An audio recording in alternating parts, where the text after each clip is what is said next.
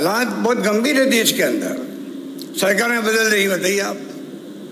गोवा, मणिपुर, कर्नाटका, आपके मध्य प्रदेश और महाराष्ट्र का भी। शिंदे साहब बैठे हमारे, एक शिंदे ये बैठे हुए हैं, एक शिंदे मुख्यमंत्री बन गए। बताइए आप, ये तमाशा है कि लोकतंत्र है अभी देश के अंदर। कैसे रहेगा लोकतंत्र अगर चुनी सरकारें हॉर्स ट्रेडिंग के बदले जाएगी? ये तो मेरी सरकार पता नहीं कैसे बच गई, ये भी आश्चर्य हो रहा देश के अंदर। वरना मैं आ गया आपके सामने मैं खड़ा नहीं होता, जी के साथ सामने कोई दूसरे मुख्यमंत्री यहाँ मिलता आपको अभी। क्या चिनको का मामला था वहां पर, तो भाई कैसे हो सकता है ये बताइए आप।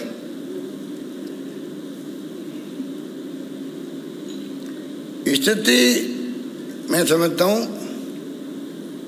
कि नाजुक है, हमें उसको देखना पड़ेगा। कोई गरीब आदमी सुप्रीम कोर्ट जा नहीं सकता। अब ये इसको कौन ठीक कर सकता है? कुछ समझ के परे है, अच्छे अच्छे लोग नहीं आ सकते हैं। वो फीस की हद होती है 1 करोड़, 80 लाख, 50 लाख, पता नहीं क्या हो रहा देश के अंदर। ये बात मैंने एक बार चीफ जस्टिस हाई कोर्ट के और चीफ मिनिस्टर की मीटिंग हुई थी, तभी मैंने उठाया था मामला। इस बार मैं नहीं आया था, पिछली बार जब मैं सीएम था दूसरी बार, तब की बात है। तो ये जो स्थिति बनी हुई है, इसके ऊपर भी कभी आप लोग बैठ करके चिंतन करें, कोई तरीका कमेटी बने, कुछ तरीका तो हो। और कुछ वकीलों के लिए है, कुछ लोग कहते हैं तो कुछ वकीलों के लिए, सबके लिए थोड़ा ही है। तो साथ में लोग आर्ग्यूमेंट देते हैं, अगर ये कुछ वकीलों के लिए है तो जजेज भी जो है फेस वैल्यू दे के फैसला देते हैं। तो आदमी क्या करे कि साहब अमुक वकील को खड़ा करेंगे तब जाके जज साहब इम्प्रेस होंगे। अगर ये स्थिति है तो इसको भी आपको हमको समझना पड़ेगा, क्योंकि देश में संविधान की रक्षा करना हम सबका, एग्जीक्यूटिव का, लेजिस्लेटिव का और साथ में जुडिशरी का बहुत बड़ी भूमिका है। ये तो बार बार हम लोग कहते हैं चर्चा में, तीनों बैलेंस होकर चलना चाहिए। पर जिस रूप में हालात बनते जा रहे हैं उसमें जिम्मेवारी आपकी भी कम नहीं है, बहुत बड़ी जिम्मेवारी है। बल्कि मैं कई बार सोचता हूँ सबसे अधिक जिम्मेवारी आपकी है, क्योंकि आप कंट्रोल कर सकते हैं, जुडिशरी कंट्रोल कर सकती है, एग्जीक्यूटिव को भी एक हद तक। कंट्रोल का मतलब ये नहीं कोई मैं ये कहना चाहूँगा कि आप सब कुछ कर सकते हैं, और लेजिस्लेटिव को भी। हालात जो बिगड़ते जा रहे हैं देश के अंदर, रिजू जी की बातें मुझे बहुत इम्प्रेस की। अभी हिंदी में बोल रहे थे, ये हिंदी में बोल रहे थे तो मुझे थोड़ा सुकून मिला, इसलिए कि ये आप मीडिया खड़ा है यहाँ पर, जो खुद भी दबाव के अंदर वैसे, पर आज ये वायरल हो रहा पूरा आपका, ये आपका लाइव चल रहा है ये कॉन्फ्रेंस। और जो आप नेशनल लीगल सर्विस अथॉरिटी की हम कॉन्फ्रेंस कर रहे हैं, गरीबों के लिए कर रहे हैं, डेस्टिट्यूट के लिए कर रहे हैं, अपंगों के लिए कर, निःशक्तजनों के लिए कर रहे हैं, बीपीएल के लिए कर रहे हैं, उन लोगों के लिए कर रहे हैं जिनको जरूरत है। वो भी सुन रहे होंगे, आजकल तो मोबाइल हर घर के अंदर है, उनको समझ में नहीं आ रही कि आप क्या बोल रहे हैं। तो ये भी हमें, मिस्टर रिजू जी ने कहा, मैं उनको सपोर्ट करता हूँ कि हमें सोचना पड़ेगा कि आप या तो आजकल हाईटेक का ज़माना है, कॉन्फ्रेंस के अंदर लग सकते हैं, आपके बैठ सकते हैं जो आपके इंटरप्रेटर्स होते हैं। मैं दुनिया के मुल्कों में गया कई बार, हम वो क्या आए हैं, मैं हिंदी बोला हूँ और पूरे कॉन्फ्रेंस के अंदर अपना भी ट्रांसलेशन हो गया। वो टाइम आ गया है, क्योंकि दुनिया सुन रही है आपको। यहाँ जयपुर में कॉन्फ्रेंस होने के मायने हैं पूरे देश की जुडिशरी के चीफ जस्टिस आए हैं, पूरा सुप्रीम कोर्ट के यहाँ पर हमारे माननीय न्यायाधिपतिगण बैठे हुए हैं। कितनी महत्वपूर्ण कॉन्फ्रेंस है ये, और पूरी दुनिया नहीं तो पूरा देश सुन रहा होगा। अधिकांश लोग पूरे किसी कोने में बैठे हुए हैं जिनको शौक है, जिनका रुचि वो सुन रहे होंगे। तो मैं समझता हूँ कि हिंदी की बात की मुझे बहुत अच्छी लगी, और मैं समझता हूँ आपसे मैं आगाह करना रिक्वेस्ट करना चाहूँगा, निवेदन करना चाहूँगा, कोई तरीका सा निकले समय के साथ साथ में गरीब आदमी कोर्ट में आके अपनी बात कह सके। हालात मैं रमणी साहब को कई बार सुनता रहता हूँ, ये क्या क्या बोलते हैं, और मुझे अच्छा भी लगता है कि ये अपने दिल की बात कह रहे हैं। इन्होंने एक बार कहा, नागरिकों को स्वतंत्रता, स्वाधीनता और लोकतंत्र को बचाने के लिए बिना थके मेहनत करनी चाहिए, जिसके लिए हमारे पूर्वजों ने लड़ाई लड़ी थी। कितनी बड़ी बात इन्होंने कह दी। जो इतना बड़ा मूवमेंट खड़ा हुआ देश के अंदर, लाखों लोग कुर्बान हुए, लाठियाँ खाई, गोलियाँ खाई, जेलों में बंद रहे, महात्मा गांधी के ज़माने से ही, पंडित नेहरू के ज़माने से ही। कितनी बड़ी बड़ी हस्तियाँ थी, सरदार पटेल, मौलाना आज़ाद, लोकमान्य तिलक, गोपाल कृष्ण गोखले, सब आपकी हमारी बिरादरी से। मैं भी वकील बना हुआ हूँ थोड़े समय के लिए, LLB किया हुआ मेरे भी, तो मैं आपकी भावनाओं के साथ में अपनी भावना जोड़ रहा हूँ। क्या मूवमेंट खड़ा किया वकीलों ने,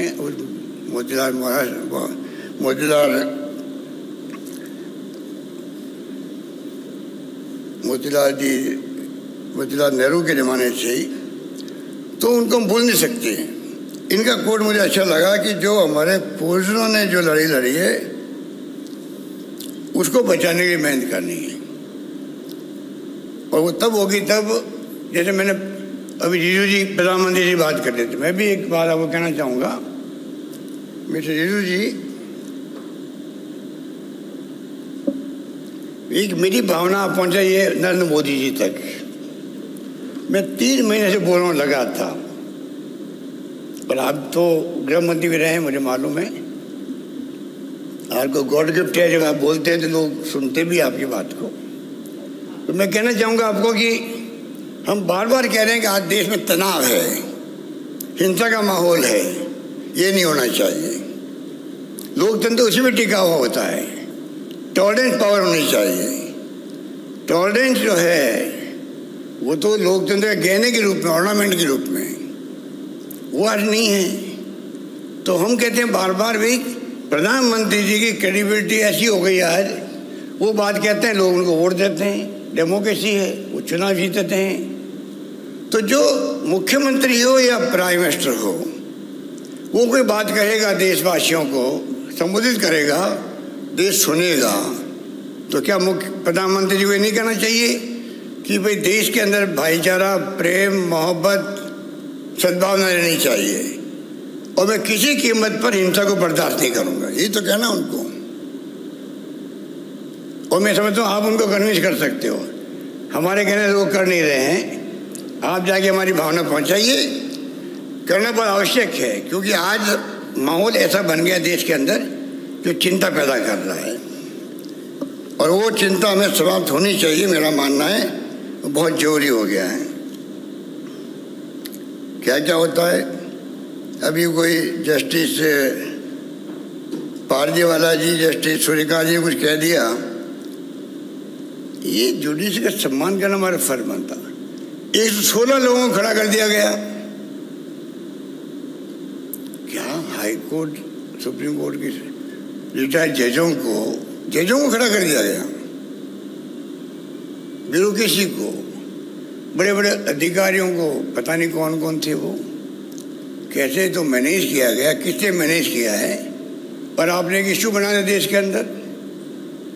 अरे सुप्रीम कोर्ट के जजेस ने अपनी भावना जो देश में हालात है उसकी व्यक्त की थी उसमें, पर ये माहौल बन गया। ये कई बातें ऐसी होती है जो मुझे बहुत कठोर स्थिति है। मैं जो बोल रहा हूँ है ये कोई नई बात नहीं बोल रहा हूँ मैं। अभी राष्ट्रपति महोदय आए थे, जोधपुर हाईकोर्ट के उद्घाटन हुआ था, तब CJI भी थे वहाँ पर, लॉ मिनिस्टर भी थे आपसे पहले, सबके सामने मैंने कहा था, कुछ बातें मैंने कही थी।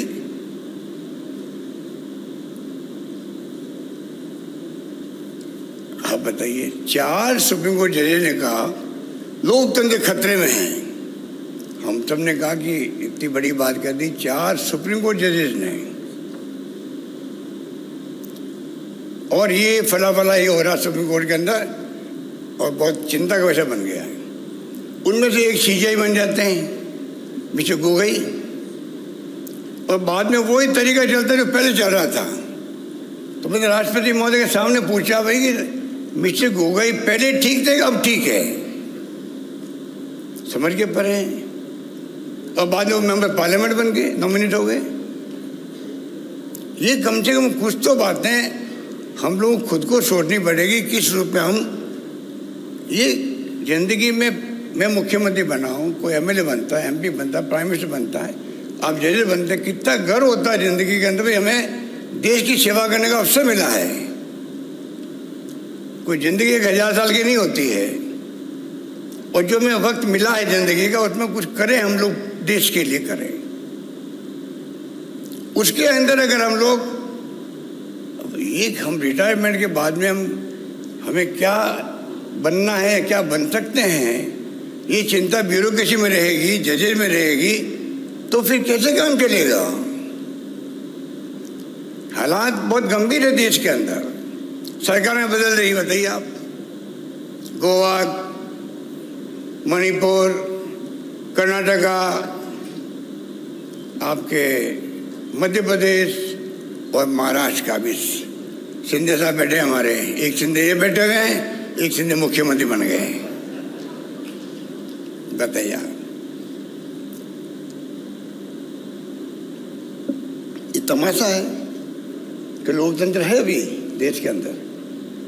कैसे रहेगा लोकतंत्र अगर चुनी सरकारें हॉर्स ट्रेडिंग के बदले जाएगी? ये तो मेरी सरकार पता नहीं कैसे बच गई, ये भी आश्चर्य हो रहा देश के अंदर। वरना मैं आ गया आपके सामने, मैं खड़ा नहीं होता, जी के साथ सामने कोई दूसरे मुख्यमंत्री यहाँ मिलता आपको। अभी टचनको का मामला था वहां पर, तो भाई कैसे हो सकता है ये बताइए आप।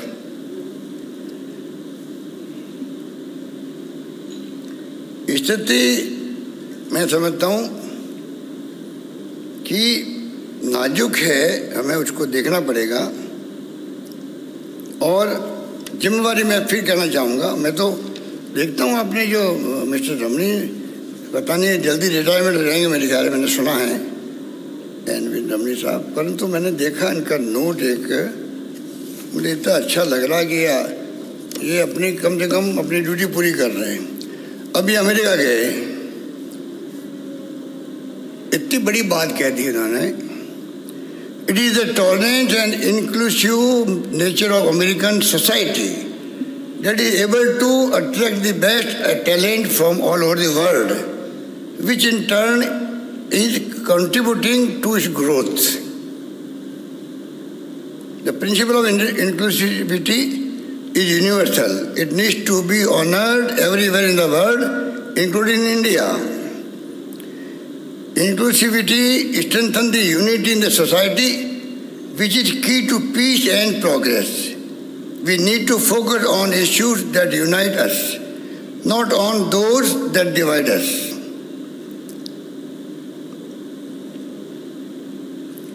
और लास्ट मैंने ये भी कहा अमेरिका के एनआरआईज को, please remember you all might have become millionaires and billionaires. For you to enjoy your wealth you need to have peace around you.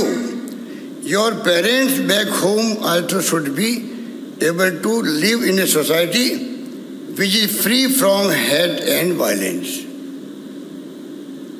इससे भी कोई बात कह नहीं सकते. हमारी कोई दुश्मनी नहीं है, किसी पॉलिटिकल पार्टी में हम लोग काम करते हैं. डेमोक्रेसी में सरकार हमने भी चलाई, चली गई, आएगी, ये अलग बात है. हमारी कोई नरेंद्र मोदी जी से या बीजेपी से हमारी कोई किसी से दुश्मनी नहीं है. लड़ाई विचारधारा की होती है.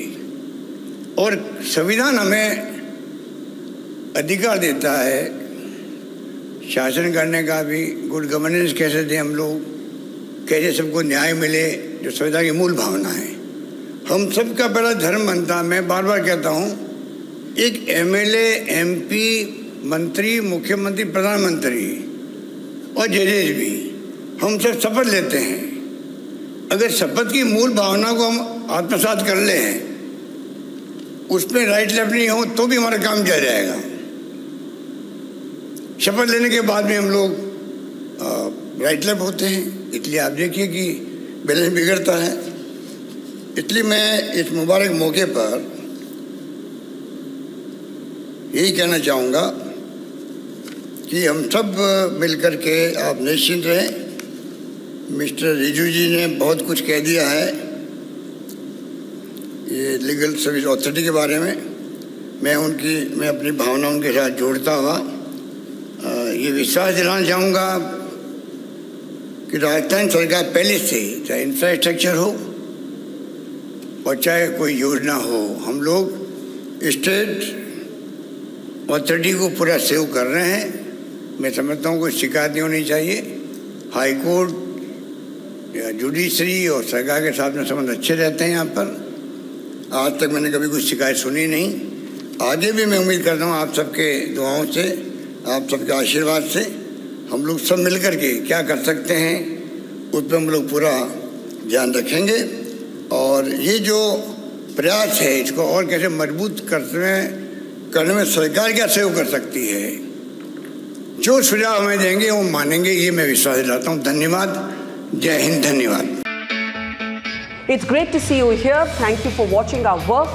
If you haven't subscribed yet, don't forget to click the bell icon and subscribe to Mojo Story and support independent, robust journalism.